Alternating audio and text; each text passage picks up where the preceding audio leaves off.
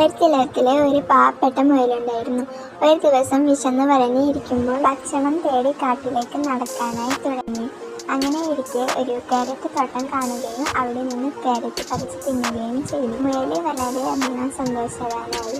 അങ്ങനെ വീണ്ടും നടന്നുകൊണ്ടിരിക്കെ കുറച്ച് കുട്ടികളെ കണ്ടു. കുട്ടികളും മുയലും കളിക്കുവാനായി തുടങ്ങി. അവർ വളരെയധികം സന്തോഷവാന്മാരായി. മുയലിനെ വീട്ടിലേക്ക് കൊണ്ടുപോകാനായി കൂട്ടുകാർ തീരുമാനിച്ചു.